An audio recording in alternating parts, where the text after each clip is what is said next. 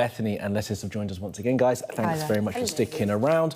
We're going to start again with what may be, I think, around this table, favourite portmanteau of the day, Wangela. The streeting and Rainer chatter is getting louder. Is that what we're going to have to call them? I think we have to. No. Should we explain who they are? Yes. So this is obviously Wes Streeting and Angela Rayner, and sort of the latest development is that there are allegedly behind-the-scene talks going on that these two will sort of come together in this pact to once Keir Starmer is ousted, essentially, and that will be with Wes Streeting leading the Labour Party and Angela Rayner allegedly getting a high position in the cabinet, or maybe even becoming Deputy Prime Minister again. Now, we should also say that they've both denied that this is going on, but it is, you can see the sort of strategic reasons that they would do this. Wes Streeting is sort of very popular, but he's not so popular with the Labour base. He very much represents the right of the Labour Party, essentially, whereas Angela Rayner is very popular with the Labour members.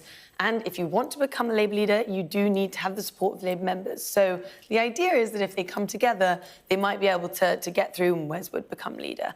The reason this is particularly interesting at the moment, though, is it shows that there is a wider chatter going on amongst senior Labour MPs that Keir Starmer's days are numbered in office. And the main goal of this at the moment is, after the May local elections, which are widely said are going to be a disaster at this point, will be the point that they will strike. And it is extraordinary that we're having these conversations, and I have done for a while now, given it's just 18 months since that extraordinary election win. But having said that, clearly some conversations are happening. How much credibility do you give this, Bethany? And do you think that it would be a force to be reckoned with?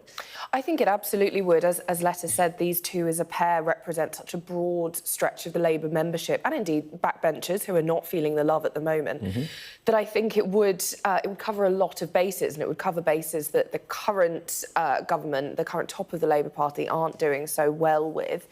In terms of those conversations, they're 100% happening. When you speak to MPs, it is a conversation of when, not if, Starmer goes.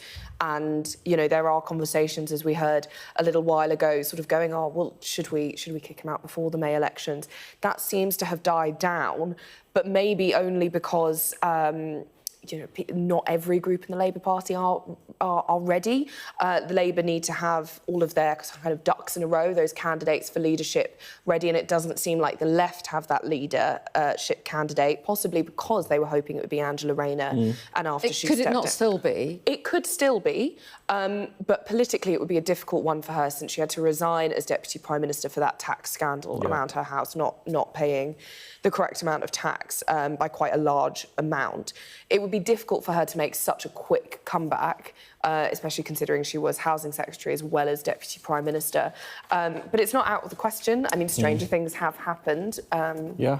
I mean, and the thing is to realise as well that I suppose they're looking at Keir Starmer's poll ratings and seeing that they're not looking like they're going to improve between what now and those elections, which, as you say, are likely to be terrible for the government. And the poll ratings, they're catastrophic at the moment. Like, Labour is in such a crisis at the moment, and I think the concerns are coming from that Keir Starmer might actually not only be damaging his own personal poll ratings, but he could be damaging the sort of Labour brand as a whole, and what impact that might have later down the line. I mean, they won that landslide only 18 months ago, as you say, but now they've dropped down so low. They're beneath the Conservatives, they're obviously beneath Reform, and they need to sort of find a way to come back somehow, but it doesn't look below like the Conservatives? I thought they were around the same as the Conservatives. One of the polls that was in the Telegraph today was showing that they were beneath the Conservatives. Yikes. Well, his personal ratings as well. His personal ratings. They're in the... They're the lowest that they've ever been under any Prime Minister we've had since the ratings started coming in the 1970s. So Liz Truss was more popular? Yeah, Liz Truss was higher than what Keir Starmer is now.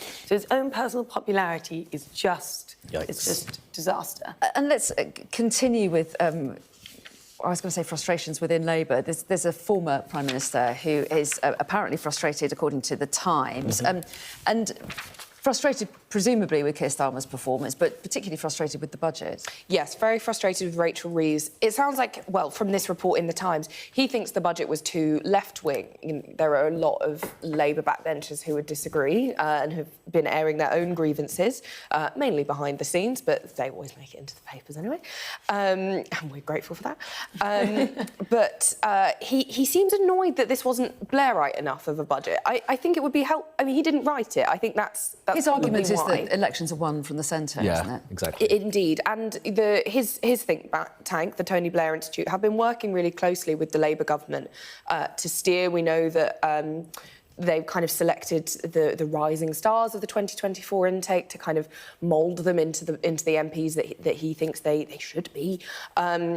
But he seems to have kind of lost that crucial link to the party, having less influence, and he's frustrated. This report does indeed say that he's looking at leadership candidates.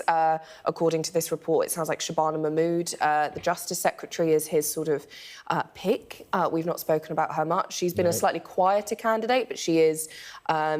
I don't think it's fair to say she's a rising star. She's one of the top people, but her presence and her influence has definitely risen over the last few months.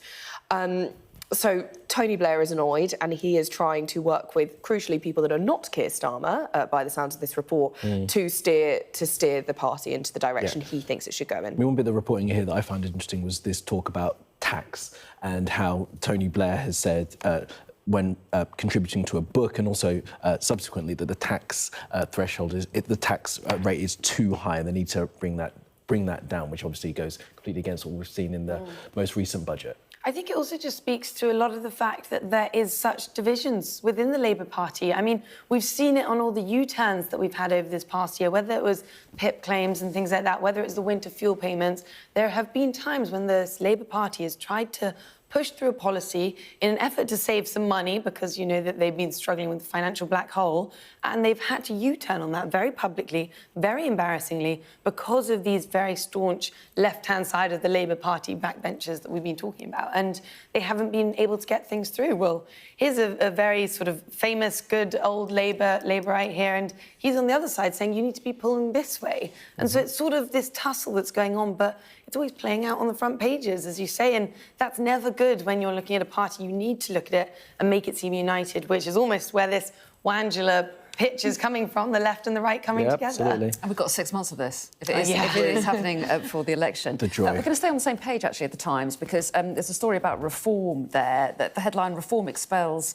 council leader over web posts. Yeah, exactly. So this is another councillor, and I say another with emphasis on it because it seems to be happening more and more, who has apparently had a sort of separate social media page where he has been posting very offensive things about Sadiq Khan, David Lammy and other people on there, which Nigel Farage says was not flagged to them when he first became a candidate.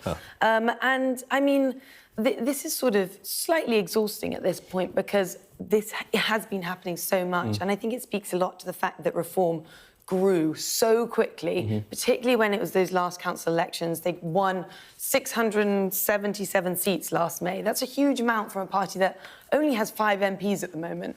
And although he said back then, you know, we're going to focus on vetting people, we're not going to allow people to slip through the cracks, we haven't seen that actually play out in reality. And this story keeps on coming back. And it is very damaging to Reform as a party on the whole, because how can you trust them when you actually slowly start to see people on there posting very sort of rude, defamatory, racist things on a sort of secret webpage and thinking that is an acceptable thing to be saying? Yeah, it's discovered by the activist group Hope Not Hate. Apparently the individual at the centre of this has not responded to the allegations yet, but it's not like he was just a councillor. He was the leader of Staffordshire County Council, which is a significant local authority. It is, and it really raises questions about how well those efforts that Farage himself promised to do to professionalise the party, how well they're doing. It doesn't seem good, and at the same time, as we were talking about in the last hour, Farage himself is embroiled in this big scandal. A number of his former classmates at Dulwich College have accused him of racism and anti-Semitism.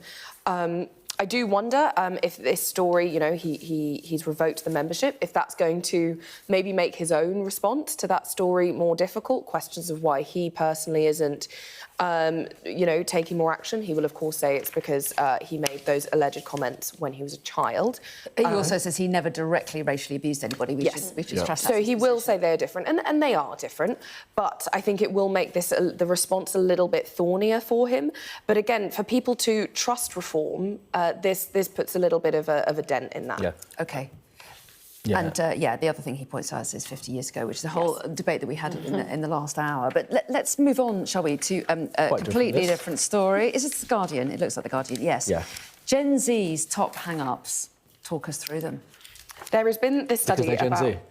Oh, well, yeah. We are both Gen Z. As the spokespeople. Tell us. These are our hang-ups. We wrote the article. We just wanted to come on and air our grievances. No, so Get it off your chest. Yeah. So this is a study by Trinity College London about what Gen Zs are most annoyed about at work. There are a number of things. Early mornings, don't like those. We are very happy to be with you as an aside in this early morning. No, I wouldn't necessarily agree with that one. Just no, not as the spokespeople, but it is early mornings, speaking to people on the phone. Yeah. Wow. You know, these are things. Do you agree with that one? Because I noticed we were having that. this conversation Yeah. before, and I will say, not since becoming a journalist, because I feel like you need to be on the phone all the time. But All when the I time. first started, I genuinely used to just get sort of, not anxiety about it, but my editor would be like, oh, call someone or do this. And I'd be like, I'd rather email. I'd rather text. I'd rather do it not on the phone. I've noticed that as a real thing. And, my kids, particularly, they won't want to pick up the phone. So why would you talk to someone? You can message them. One of the things here that they don't like is office chit-chat. I mean, like, I'm not Gen Z, but I can get down with that. That one. Not a small talk. Again, man. Nah, I'm a medium talk to the big talk. Our kitchen is very much in I you. will rethink my early morning coffee. It's always very substantial. I mean, that's the point. It's always very substantial. I don't feel like it's It's not to chit-chatty. offend someone though, but sometimes you'll sit there and you say, "Oh, how's your day? Yeah, fine." And it's like it's not even very interesting chat, so I'd rather That's the just point, avoid it isn't it? altogether. Is it better just to avoid the awkward chat or have the awkward chat? Well, I can see the kitchen from where I sit in the office. I'll wait till it's empty and then I'll go over and be like, "I'll fill up my water." Go and have a chat. You could just go in and ask for their life story. Just go in with Yeah, that top, exactly. That's what I do. high level. There we go. 6 a.m. in the How's your morning. mum? Well, Straight you know, away. she says hello from Suffolk. Or try and tackle world peace. There you go. Get straight to it. Use an alarm clock is the other one. Yikes. Love an alarm Do you clock. mean a real life one? I don't know. On your phone. That really says, I use my phone. I don't because I end up You've gone back to scrolling analog. as a Gen Z, You can't totally help- addicted to so my as phone. soon as the thing does anything, you It's have in to my pick it hand up and I'm start shaking. looking through the black mirror. Yeah, Dear. I like my alarm clock. I leave my phone upstairs. I have. That's so restrained. That is so, yeah. Partly That is it's so because I restrictive. really Like don't you. want to wake up. I work on London Playbook, our newsletter, which comes out at 7 a.m. We work into the night to do it, and so I wake up and it's out. And the first thing I don't want to see is if I've made a mistake. Exactly. So Never. Prefer to no, push which that never off. happens and it never has. But you know, it's yeah. I would much rather wake up to my radio alarm. I like waking up to a little bit of music. That sounds very nice and Shaken awake by a therapeutic. toddler like me. That's what Yeah, nice. That sounds Good less nice. the joy of that. Well, look, the problem. We'll find out whether this is going to be a problem for the next generation when you guys are ruling the world. Exactly. Not being able to have We Won't be long talk now. is an issue. I don't think alarm clocks are going to break Change it. the world. Anyway, That'd be but we'll see you in ridiculous. the next hour. Thanks, for guys. that. See you. Thank you.